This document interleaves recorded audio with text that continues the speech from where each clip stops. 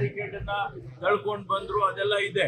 ಅದೆಲ್ಲ ವಿಡಿಯೋಗ್ರಾಫ್ಸ್ ಇದಾವೆ ನಮ್ಮ ಹತ್ರ, ಎಲ್ಲ ಪುರಾವೆಗಳಿದಾವೆ. ನಾವು ಸುಮ್ಮನೆ ಏಕಾಏಕಿ ಏನೋ ಸೇಮ್ ಸರ್ ಹೇಳ್ತಾ ಇದ್ದೀನಿ. ಪಂಚಮ ಸ್ಥಳ ಸರ್.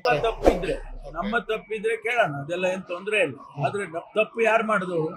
ಪ್ರೈಬಿಟ್ರಿ ಆರ್ಡರ್ಸ್ ಅನ್ನ ವೈಲೇಟ್ ಮಾಡಿದವ್ರು ಯಾರು? ಹೈಕೋರ್ಟ್ ಆರ್ಡರ್ಸ್ ನ ವೈಲೇಟ್ ಮಾಡಿದವ್ರು ಯಾರು? ಅದರಿಂದ ನಮ್ಮದು ಯಾವುದು ಸರ್ಕಾರದ ಯಾವುದು ತಪ್ಪಿಲ್ಲ, ಪೊಲೀಸ್ ಕೂಡ ಯಾವುದು ಲಾಠಿಚಾರ್ಜ್ ಮಾಡೋದು ಅನಿವಾರ್ಯ ಆಗಿತ್ತು ಸರ್. ಅನಿವಾರ್ಯ.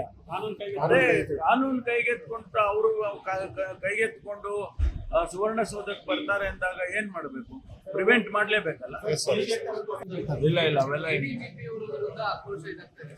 ಆಕ್ರೋಶ ಎಲ್ಲರ ಮೇಲೂ ಮಾಡ್ತಾರೆ. ಆದ್ರೆ ಯಾರು ಪ್ರೈಬಿಟ್ರಿ ಆರ್ಡರ್ಸ್ ಅನ್ನ ವೈಲೇಟ್ ಮಾಡಿದವರು, ಉಲ್ಲಂಘನೆ ಮಾಡಿದವರು, ನಾವು ಅವರಿಗೆ ವಿಧವಾಗಿ ರಿಕ್ವೆಸ್ಟ್ ಮಾಡ್ತಾ ಇದ್ವಿ. ಸಚಿವರುಗಳೇ ಹೋಗಿ ರಿಕ್ವೆಸ್ಟ್ ಮಾಡಿದ್ದಾರೆ, ನೀವು ಬನ್ನಿ ಮುಖ್ಯಮಂತ್ರಿಗಳ ಜೊತೆ ಮಾತಾಡಿ ಬಗೆಹರಿಸ್ಕೊಳ್ಳೋಣ ಅಂತ ಕರೆದಿದ್ದಾರೆ. ಇಲ್ಲ ಮುಖ್ಯಮಂತ್ರಿಗಳೇ ಬರಬೇಕು ಅಂತ ಅಂದ್ರೆ ನೀವು ತಾವೇ ಯೋಚನೆ ಮಾಡಿ. ಅನಿವಾರ್ಯ ಆಗಿತ್ತು ಸರ್. ಅನಿವಾರ್ಯ ಆಗಿತ್ತು. ಯಾಕೆಂದ್ರೆ ಅವರು ಯಾವಾಗ ಇದು ಬ್ಯಾರಿಕೇಡ್ ಅನ್ನ ಮುರ್ಕೊಂಡು ಸುವರ್ಣಸೌಧದ ಕಡೆ ಬರ್ತಾ ಇದ್ದಾರೆ ಮತ್ತೆ ಪೊಲೀಸ್ನವ್ರ ಮೇಲೆ ಕಲ್ಲು ಹಾಕಕ್ ಶುರು ಮಾಡಿದ್ದಾರೆ, ಅವಾಗ ಪೊಲೀಸ್ನವ್ರು ಏನ್ ಮಾಡ್ಬೇಕು? ಲೇಟೆಸ್ಟ್ ಹಾಗೂ ಇಂಟ್ರೆಸ್ಟಿಂಗ್ ಸುದ್ದಿಗಳಿಗಾಗಿ ಬಾಸ್ ಟಿವಿ ಕನ್ನಡ ಚಾನೆಲ್ನ ಸಬ್ಸ್ಕ್ರೈಬ್ ಮಾಡಿ, ಹಾಗೆಯೇ ಬೆಲ್ ಐಕಾನ್ ಪ್ರೆಸ್ ಮಾಡಿ. ಇದರ ಜೊತೆಗೆ ಫೇಸ್ಬುಕ್, ಇನ್ಸ್ಟಾಗ್ರಾಮ್, ಎಕ್ಸ್ ನಲ್ಲೂ ಮಿಸ್ ಮಾಡದೆ ಫಾಲೋ ಮಾಡಿ.